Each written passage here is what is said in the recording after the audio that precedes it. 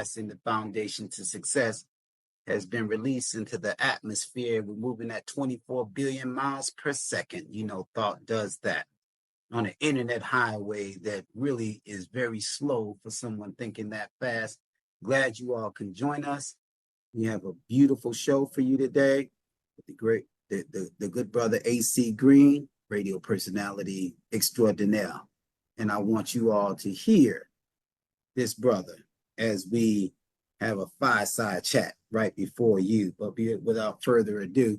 Oh, Father, thank you so much for bringing us together this afternoon once again. Please give us the foresight and the love that we need to spread amongst our people. Please bless Brother Warren in his efforts to grow us as a family and to bring into the fold our illustrious brother, AC Green. I pray that we have a fruitful and beautiful discussion this afternoon as we try to uplift and help one another as brothers and sisters. In all that we know and love, we ask this in your name. Amen. An honor and a privilege to have this opportunity to meet with a brother that is proactive, that is touching the lives of people. So you think about ministers and captains and bishops and all of that. They're touching people at the church and the mosque, but they ain't stopping nobody from losing their house. So without further ado, I want to bring on our brother and we'll ask some questions and allow him to express himself. Our brother, AC Green. Assalamu alaikum. Well, alaikum salam. My brothers and sisters. Yeah. We love technology. Yes. But it will never replace the human touch, ever. It can't do it. It just can't do it. But it's a good vehicle so that we can communicate with each other like this. I am very grateful for the opportunity always to present. It's always in love that I present. When I'm on the radio, people don't always agree with me because even though I may facilitate them getting to where they can get resources like saving their homes and benefiting themselves with their money, I also talk about some things that are uncomfortable conversations. And because we're human, change sometimes is the strangest thing. So I may say some things on the radio that people may disagree with because in order to get to a result in most cases, you have to go through some challenges. So for instance, years ago, when we were helping people save their homes, we had to fight the political winds that didn't see that as being expedient for them.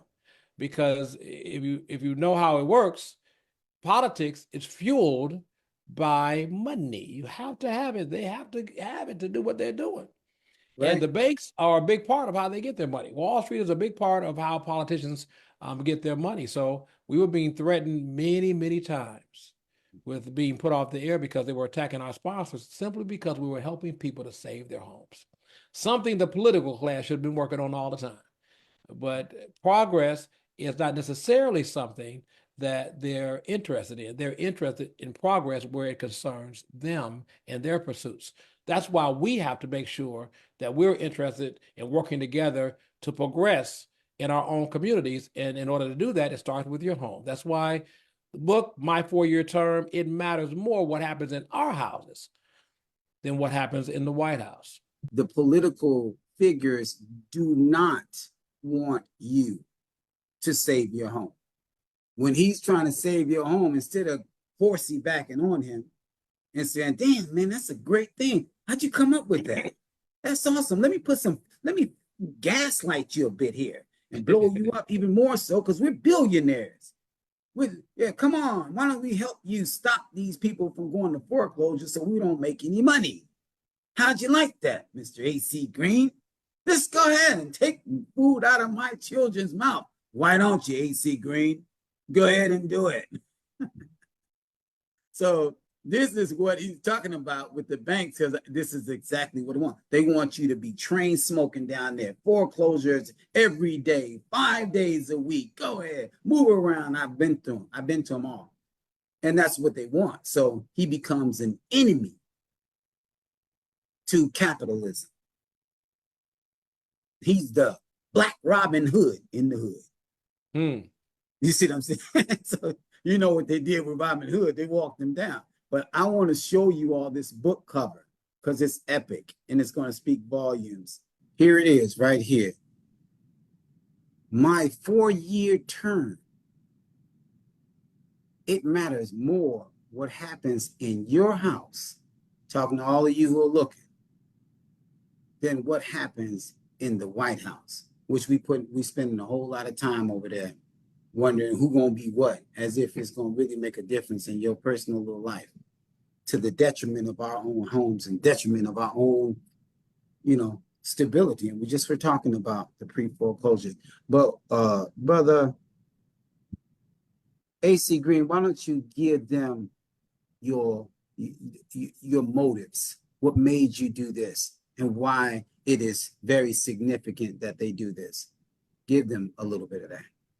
Well, with the radio show over the last 16 years, the radio show is 16 years old, and the radio show is owned by us. So if you can imagine, Soul 106.3 in Chicago, Chicago being the third largest market in America, and B103 and all of the other urban radio stations that reach, our show reaches 1.9 million cumulative listeners a week. That's a lot of ears, but for 16 years, we have owned the show. So that's the difference between working for the radio station and owning the show in a way that we self-syndicated, like Tom Joyner was syndicated, like Steve Harvey is syndicated across the country. The show started in 2008. It started out of a need to really talk to people, but the genesis of it was that I was asked if I wanted to do a show on a Friday on a Christian radio station, because there were some openings. The reason there were openings is because that was, if you remember 2008, that was the heart of the financial crisis that ended up extending into the mortgage crisis. And so many people couldn't get loans, they couldn't get money. The money markets had stopped and all of those things. And I was limited too, and I was losing my home. So I got the show because it was an outlet, and because of my background in terms of what happened in my home when I was growing up. Faith is in me. That's the strongest tool I have. Maybe while others were hearing about faith when they were in church, I learned faith for real. My mom and my dad and the things I heard, it rested in me differently. And when things got rough for me, I pushed ahead. But here's the key to that pushing ahead. I can remember sitting on the side of my bed and I was crying. It was bad. The house that I had saved to get my credit together to move into, I was about to lose that house because nobody had money. I had just written the commercials for President Barack Obama, or at that time, Senator.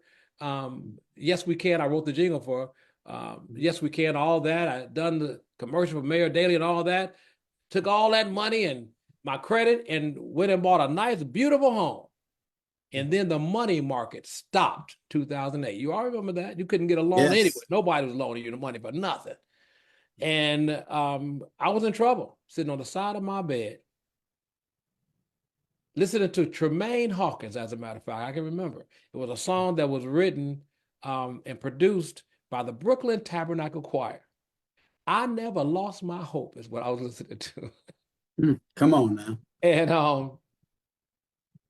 I prayed and I asked God, show me the way. But I can remember I was bold enough, and I don't even know how I formed the words to be this bold, but I was bold enough in that moment to ask God to take me deeper.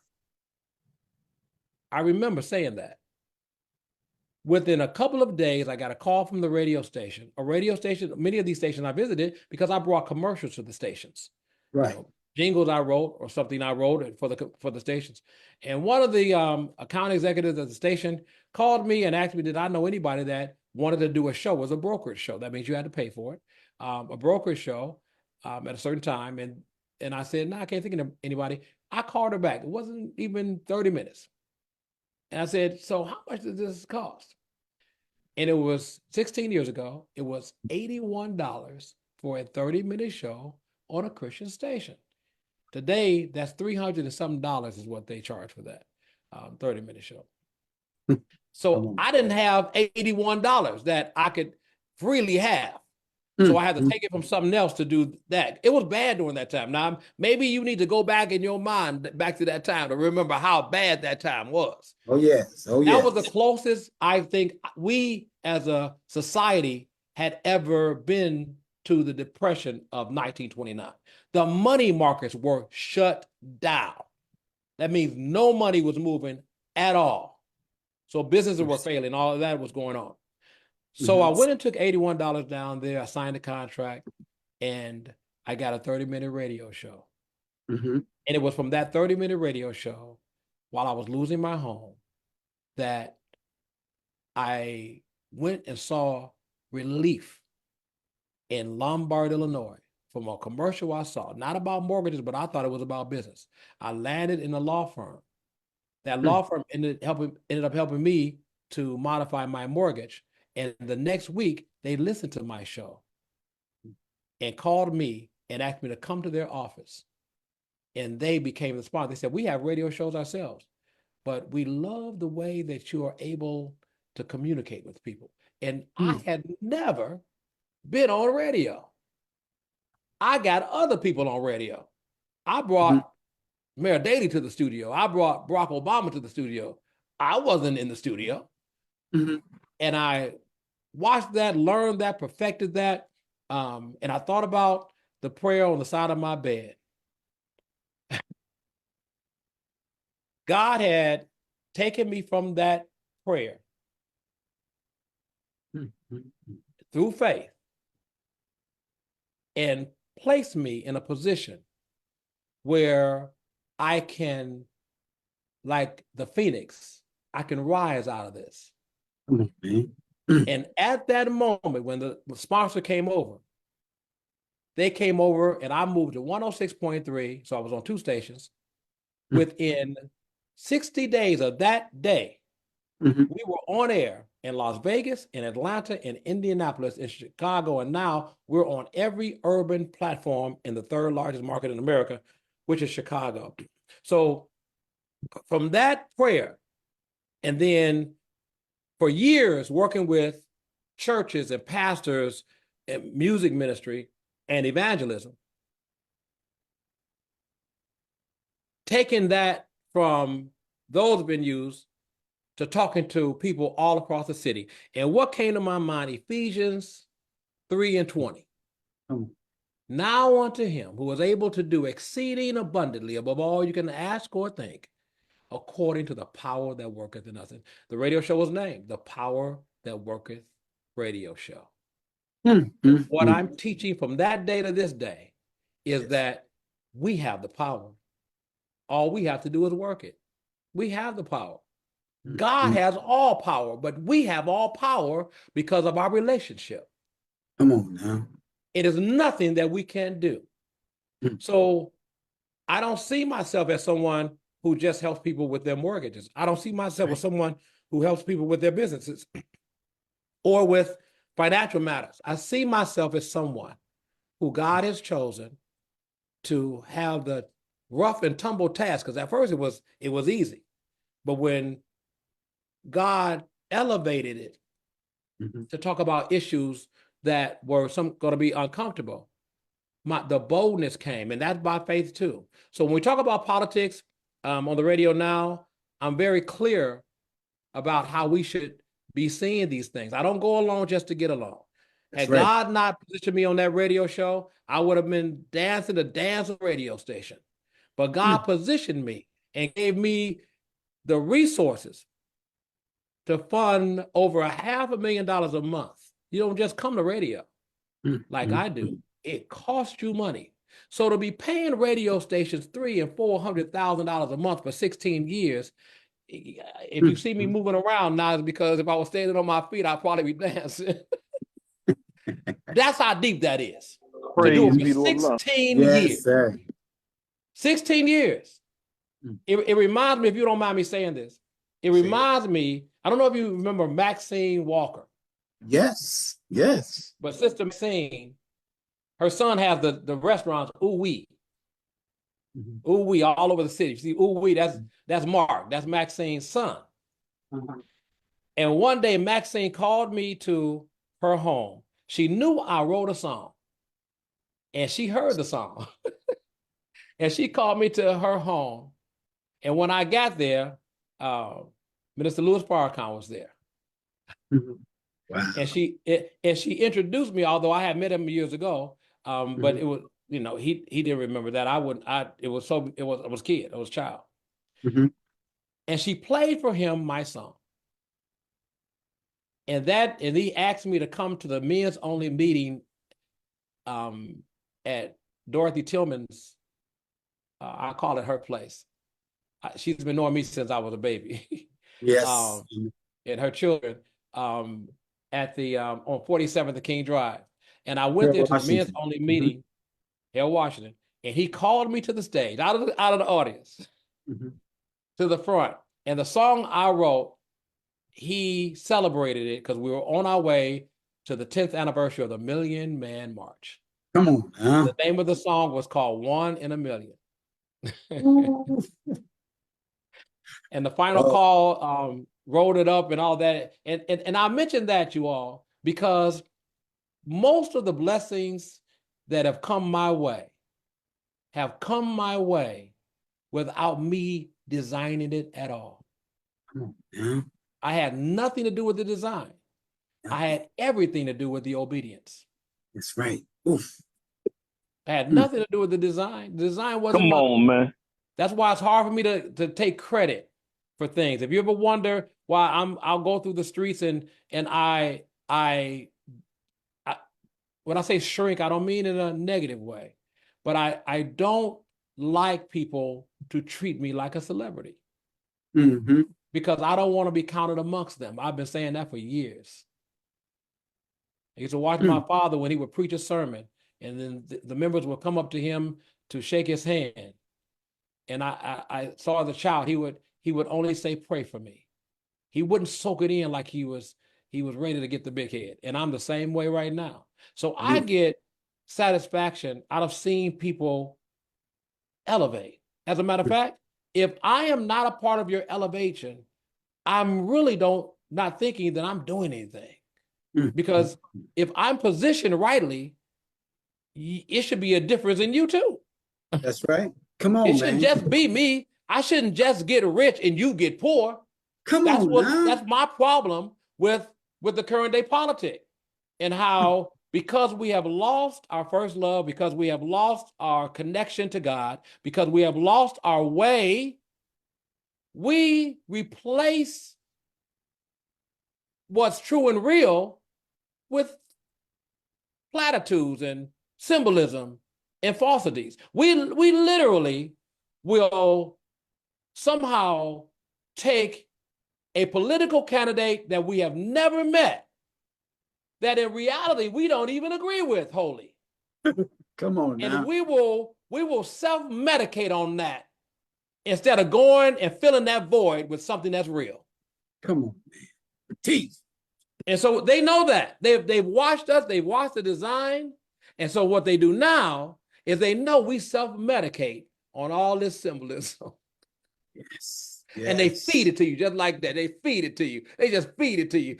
And we just grab it, educated, master's degree, bachelor's degree, PhD folks, people with houses and homes and cars and property and all these things are self-medicated because the void is real, because most people live a life doing what they do, not doing who they are. And as long as you're doing what you do and not doing who you are, there's going to be a void. So you're going to get more self-medication. There's going to be more alcoholism at the same time people got PhDs. There's going to be more drug addiction at the same time people got more cars, and we have more Black elected officials than ever before in America. People are still self-medicating. As a matter of fact, they self-medicate more than our ancestors did when they functioned and did more with less. Come on now. So that's so when I come to radio, I'm coming to radio with all of them, with Dr. Lewis Rawls, my daddy, my mama, people, they hearing all of that. When I come to radio, I'm coming to radio with the notion, you all, that I stood in the backyard of my goddaddy and watched the Honorable Elijah Muhammad eat breakfast. Now, see, that may seem to a lot of people like, that's like, what is that, AC, that you're talking about? I'm talking about watching human beings do superhuman things. Come on, man. I watched this happen. I watched when they were all talking about, I'm from the Baptist church, you know, and yes, they've got, you know, I don't have these conversations, so it's nothing new. Yes, sir. I watched when they were calling for the Million Man March. Mm-hmm. They won't say it today, but how some of the same preachers, Lord have mercy, were talking about this like, they were talking about this like Donald Trump, like they talk about Donald Trump. I'm telling you right now. Oh, they were castigating this. Oh, they were. They wouldn't say it today. They wouldn't say it today. Trust me, they wouldn't. It's not politically correct to talk negative about the Million Man March today. That's right. Too much success. But I watched my friend, and he's gone. I miss him. Mm-hmm. And I watched many of the leaders and Al Sampson and Minister Louis Farrakhan. I watched them. Man, I'm talking about his Reverend James Demas, because the meeting was at his church. Yes. At Park Manor. I was his minister of music for 14 years. Come on. And I watched. Say that one more time. Who you was under for 14 years? Reverend James Demas. Reverend Park Manor Christian Church. The meetings were held right there at 73rd and St. Lawrence.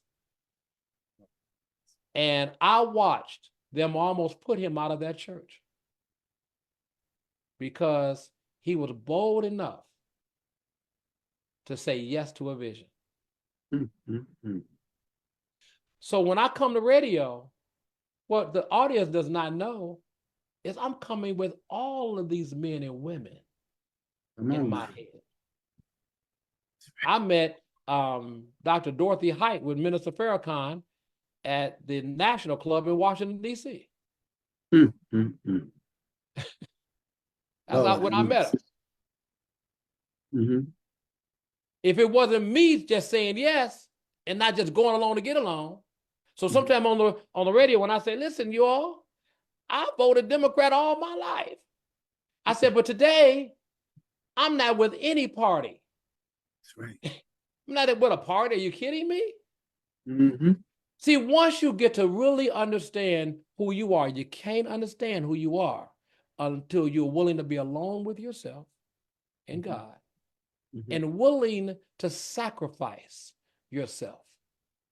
You can't get to know who you are. That's right.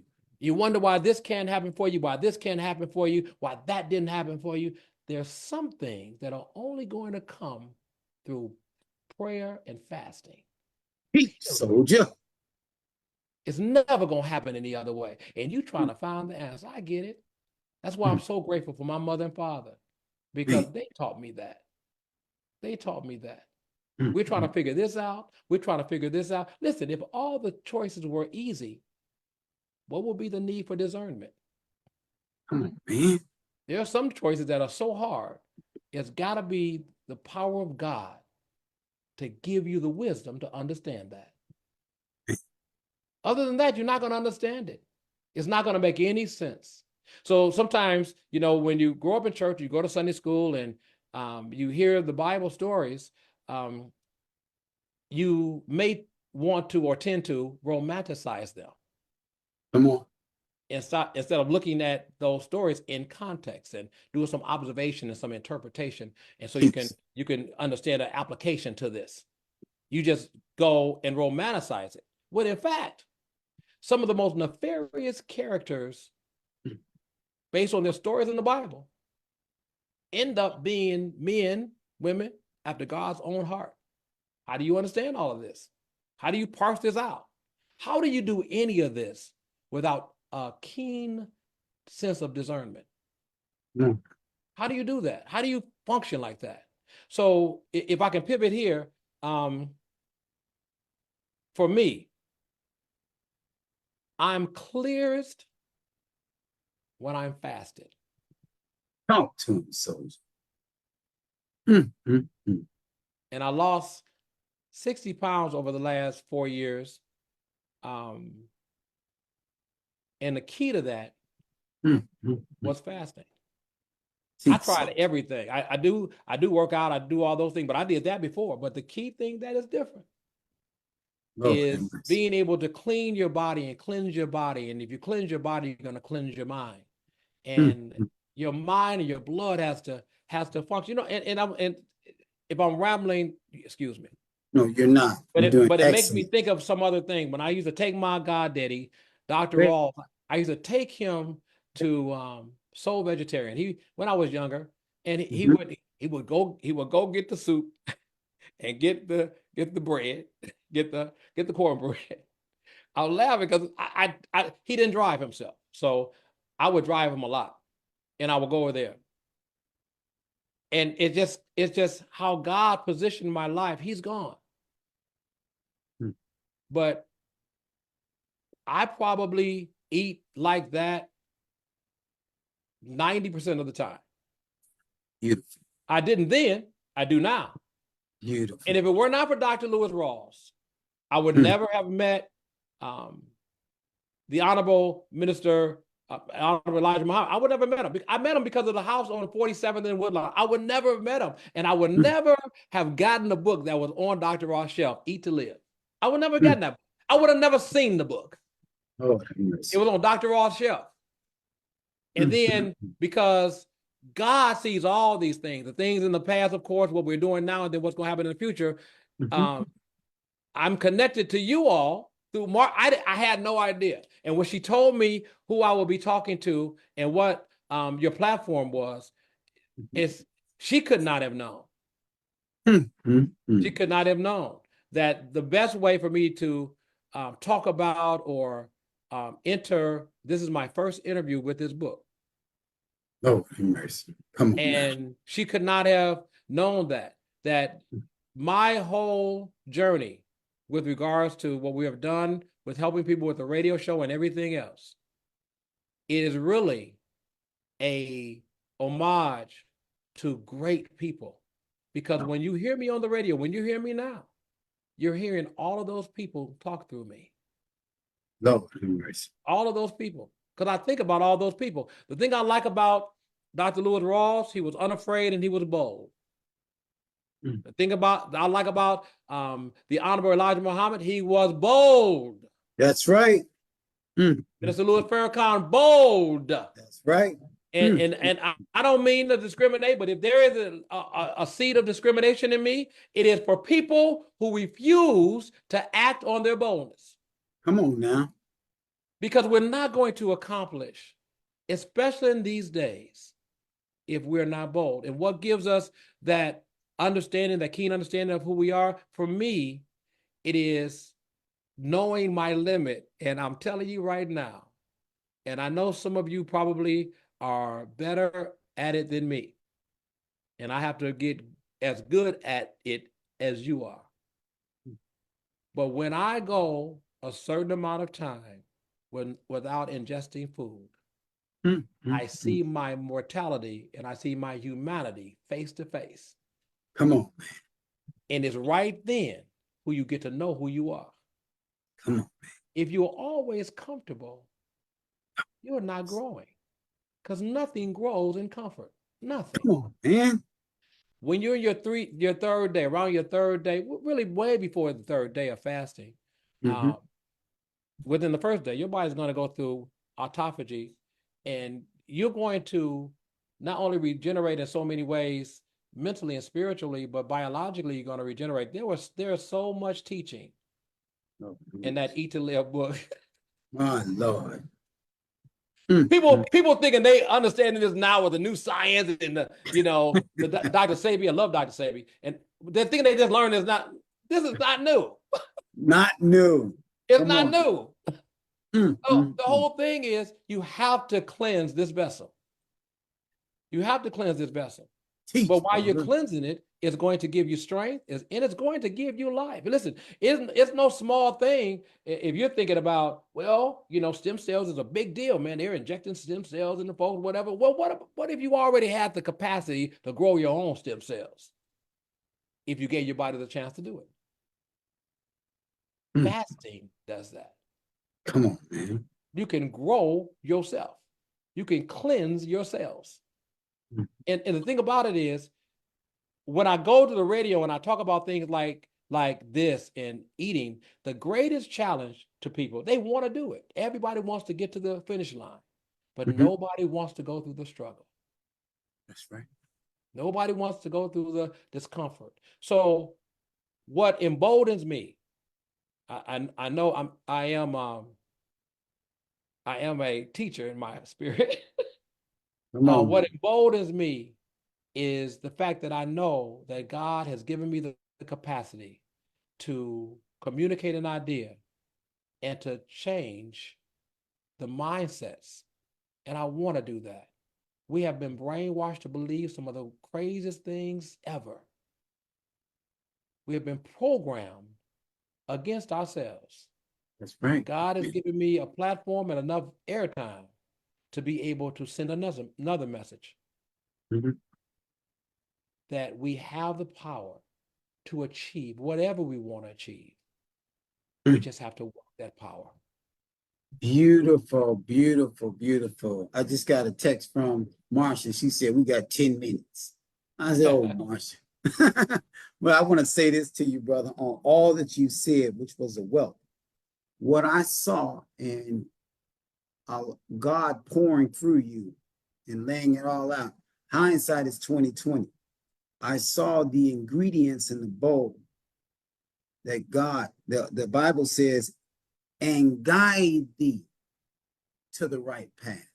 I ain't guide myself. You didn't guide yourself. God guides us to the right. He says, when he told Adam and Eve, I'm putting you out the garden. He said, somebody gonna kill me. He said, no, they ain't. He said, I will send you a guide and a guidance. And he who follows him shall not fear, nor shall he grieve. And everything that you said about the pastors, the ministers, the political figures that you ran into, the messenger being so close to you at that particular time as you were growing up, this was nothing more than stepping stones to get you to where you are now. And you have so much in you, it comes out of you as natural as the web comes out the being of a spider. It's natural. No notes, no books, ain't writing nothing out. I lived it. And that's what you're giving us right now. And to be kindred spirits when it comes down to praying and fasting, losing 60 pounds, having to go on your faith, lean on your faith in order for you to come out of that rut that 2008 put you and me and anybody who's investors in. And to be able to struggle through that, I know it personally because we both are entrepreneurs and we move in that direction. And that's the reason why you have no glass ceiling over you.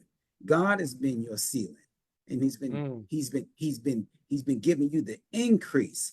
And I see it through some of the things that you said, like self-medicated. Self-medicated, meaning that you have voided out God and took the medication of this world. The gold, the glitter, the house, the car, the women, the player, this, that. That's self-medicating. And when you need medication, what it is that you need something that only God can give you. So you take a temporarily big pharma medication, like some diabetic medicine that you take an insulin, which is not a cure. Some radiation for cancer, it's not a cure. You take anything that will relax your mind and put you at ease. Those are self-medicating things. But through prayer and fasting, as you said, through How to Eat to Live, he said fasting cures 90% of all diseases. This is the form of you have a choice. You either go with God or the other side. That's it. There's no gray area. And the self-medicating aspect is meaning that you chose the other side because the other side put God behind your back. We talked about praying and fasting earlier, and AC, you were saying that it seemed like it's voided out. Like, I don't see it no more. It's like, where is it? It's not a subject matter anymore. Before we came live to you all, me and AC was talking about that, and you spoke on that. Why don't you elaborate a little bit on that when you said that to me? Well, that's how I grew up. So I grew up, my dad was a pastor, and my mom, um, she was she was a spiritual woman who supported my dad, and she was the great matriarch of our family. And at any moment, morning, noon, or night, I could walk into the living room and there would be a whole prayer meeting right there. So I grew up understanding that your power exists in fasting and praying. Mm-hmm. I grew up like that. That was a part of our like language, like English. That was a part of that was a whole other language. Um, but as the time went on, you even in church circles, you don't hear fasting and praying like you used to. The power that was the power is not even being talked about and utilized. And that's no wonder why so many of the systems in and around the communities of people are powerless. Because that was and is the power. It is not going to change. Think about what our ancestors did. Our ancestors could never have made that sojourn over all that time, accomplish all they did. How did Madam C.J. Walker and all that was around her and everybody in that time, how could they have ever done these things? How could they ever function with these things? They may not talk about it in the movie. They may not talk about it in the history books, but I'm telling you right now, there was not that many powers that Black folks can integrate with. So they had to be going to the power. And I don't really mean that God and our relationship with God. I'm talking about to get to know deeply your relationship with God. Can only happen through prayer and fasting. That is the only way. There is no other venue, no other entrance way that you can know that. You cannot think you are all power and then know that God has all power and then know the power of God in you. You can't do that unless you come face to face with your own humanity. And the way that you do that is you have to deny yourself. And that's something in this time we're not taught to do, we're not trained to do, we're not cultured to do. As a matter of fact, we're looking at what goes on in the news. Here's a human being, a whole Black man that had more access to money and things as anybody in the world could have ever had. And he overplayed his hand. What was missing? He didn't know who he was. That's right. So I guess the greatest thing that we can really teach our children and teach ourselves and learn, and just like you're doing with this community, you have to have a gathering time, a come together time. You have to have a family time where you're teaching people the root of how to live. Right. And how to live abundantly. That's right. One other thing I was thinking about, Dr. Rawls, and Dr. Rawls taught us. I mean, this was a teacher. I was thinking about this when you were talking. At Tabernacle Baptist Church, Dr. Rawls was keenly aware that when someone would say they were Muslim, that us being raised as Christians, we would probably have an issue with that because other churches were like, yeah, you Muslim, we Christians, so you stay over there, we stay over here. And what Dr. Ross told us as little kids, he made us, and I'm just thinking about when you were talking earlier, I thought about this. He made us consciously think about how we were saying that. and never to dislike Muslims. Now, he specifically said Muslims, but here's why he said it. Because he knew his relationship and his friendship with the Honorable Elijah Muhammad. He knew the relationship. They were neighbors. Dr. Ross sold the Honorable Elijah Muhammad his mansion. That's now the National House. He sold him that mansion. I know the story because Dr. Ross has told me many days before he died.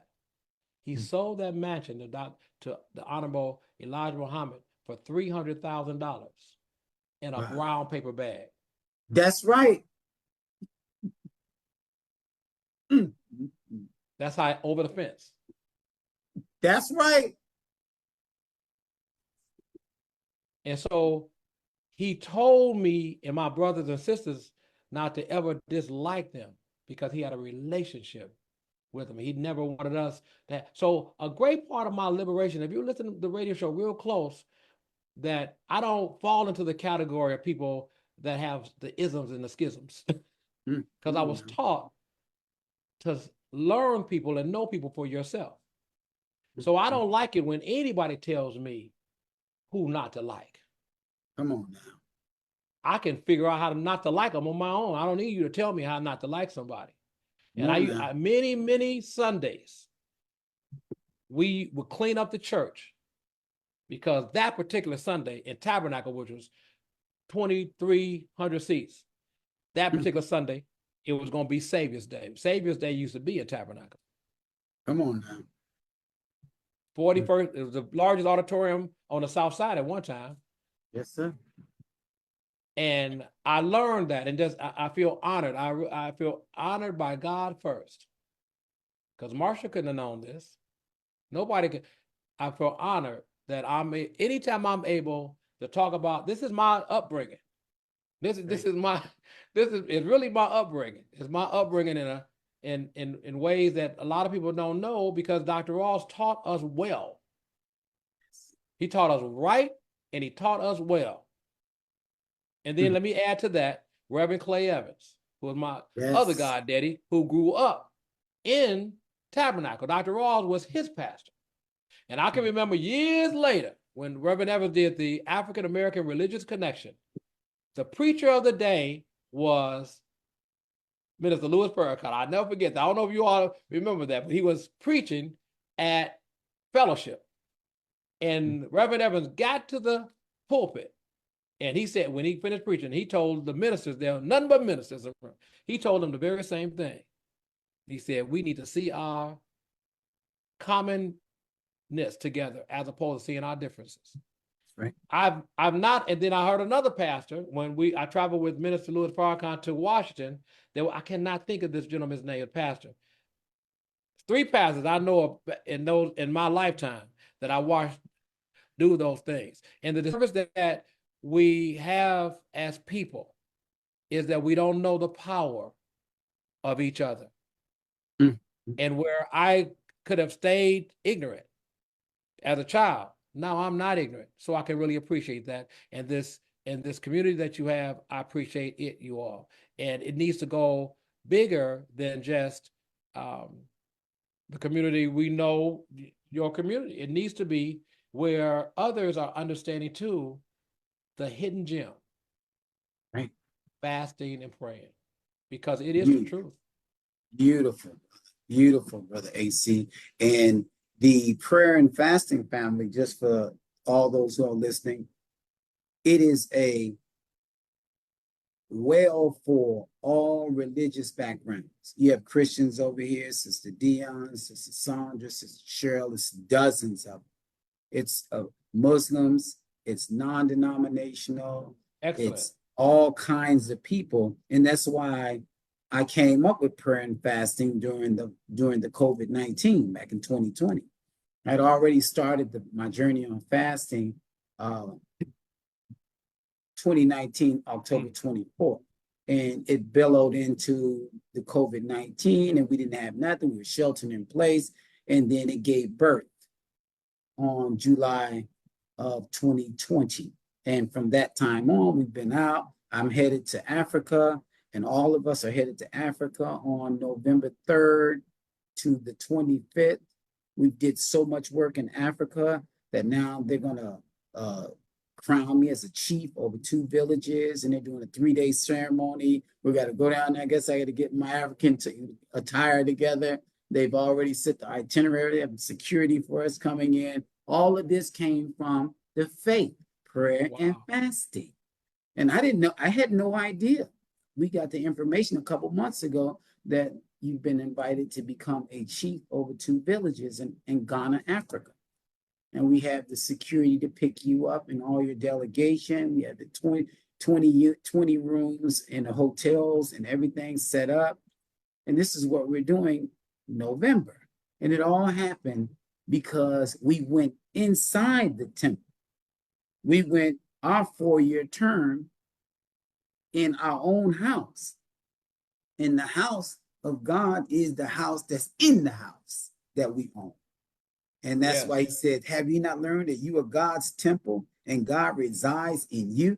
Have you not learned? He's asking you. Obviously, we gave him the impression that we weren't acquainted with that. Have you not learned that you are God's temple and God resides in you, and you are that temple? Question mark. 1 Corinthians 3:16. He's questioning you on your intelligence. And then as time marches on, brothers like me and you start showing, hey man, we leaned on faith. We was knocking on heaven's door too, as far as our financials is concerned. And we kept the faith, man. We kept the faith, man. And we came through it. And next thing you know, things start happening for us. God, like you said, that comfort zone, you got to come out. Jonah was thrown over the boat. Get him out into the and got swallowed up with a whale. And you know, all of that is allegory, metaphor. Real whale is the belly of the beast, where I was at. That's your whale. And you sat there for a pretty amount of time. You come back out and you do what God told you to do. But that's a preparation for us. And brother, what you've given us today is priceless. It's all over social media. It's recorded here. It's recorded on Facebook. And I want you all to know, I don't know exactly when the book is coming out, because Marsha told me that it's in the makings, but you have a heavy audience here that is definitely going to patronize that, not only to do it because we need it, and we need more information. He says, seek knowledge from the cradle to the grave. So if you just gave us this illustration on how God intervened in your life and all of these obstacles that came, you were able to triumph, and God gave you all of these increases, we'd be remiss to not want to look into there and add on to what God has given us. So brother, it's been a great interview, and Marsha's gonna kill me because she's laying it on me. Plane. I'm gonna land that plane, and I just want to know, how can we get this? And I would love to come on your show. Absolutely. And bring prayer and fasting over there and have a fireside chat and tell them about what we've accomplished, because we've been all over the world within these 4 years. Dominican Republic, Colombia, Mexico, we headed to Africa, we went all over the cities. We've been doing all of this. So man, it's wonderful to have you. Hope that you're not a stranger, because definitely we have kindred spirits. And yes, love to continue to collaborate with you and allow this conscious awareness, collectiveness to continue to permeate throughout the people from us. So, brother AC Green, any last remarks you want to tell the brothers, how they can get the book, etc.? The mic is yours. Well, if we can put it in the chat, just go to the website, theacgreenshow.com. That's TheACGreenshow.com. Theacgreenshow.com. And then you'll see when you get there the pre-order. Now, it will cost you nothing for the pre-order. What we're doing is we're just getting the idea on the first run of the book, how many books we need. Okay. So if you go there and you put your information there, and then by the way, we're going to, the price you see there For the people that pre-order, it will be discounted. Then we'll reach back out to you when the book is ready, and we'll let you know the book is ready and your discounted price because you pre-ordered the book. But there's no money needed now. You just fill your name and telephone number so we can get in contact with you, let you know when the book is going to be ready. And of course, I would love to have you on the show. I like to introduce our audience always to things that are not in the mainstream. We're not on talk radio. We're in urban space. I did that years ago on purpose because I wanted to bring. Can I tell you what the radio show, what the general managers said at that time? The general managers told me when I endeavored to take this show to urban radio, because urban radio is, it's music, and they sell products. The main product would be party things, liquor, and all those things. So I clearly remember the general manager telling me, AC, this is not going to work over here. Think about what I was doing. I'm coming into urban radio space with information and knowledge. But I said, I could do this without being long form. 90 seconds, I could talk about how to save your home and all those things. So he told me, nope, won't work. Because Black radio really only wants to shake their ass. That's right. And drink malt liquor. That's what they said. That's what they want. And I said back, yep. And while they shaking their behinds, they still losing their homes, got bad credit, don't have life insurance. So in the breaks, instead of having a liquor commercial, I won't promote liquor on the radio show. I get the offers all the time, but I won't take that money. And I'm not trying, when I say that, I'm not trying to be sanctimonious. I'm just saying, I don't know what you're going to do with the liquor. So I don't want to put you in a bad situation. That's right. So it's some money I won't take. That's right. But God has made provisions for what we need, and we haven't missed a beat in 16 years. Beautiful, brother. Beautiful. This is the AC Green show on our show, demonstrating and giving you something. And maybe we'll have him back again and y'all can have some questions and answers, because if I don't shut it down now, Marsha ain't gonna give me no big hitters like this. All praises be to Allah. So once again, brother AC Green, it's been one, and I'm gonna bid my Facebook family their farewells, and I hope you all extracted something. And if you're just coming in, make sure you watch it over. And I ask you for zakat or charity. You give it to the church, you give it to the mosque. I'm asking you to give us some charity, but I'm not asking for any monetary gifts. I'm asking you to take that share button and give it to 1,000 people. And that 1,000 people is money that came from your treasures in heaven. I don't need your monetary gifts. I do enough out here in the streets to get monetary gifts. All I need you to do is give me some treasures in heaven and pass this on and be the trumpet, be the watchman that enlightens other people who are living in darkness. And ultimately you gave your zakat, your charity, in this realm here in prayer and fasting. So I thank you all for the opportunity to come on and listen to my beloved brother give you a wealth of information. And until we meet again, we bid you peace. Assalamu alaikum. Alaikum salam.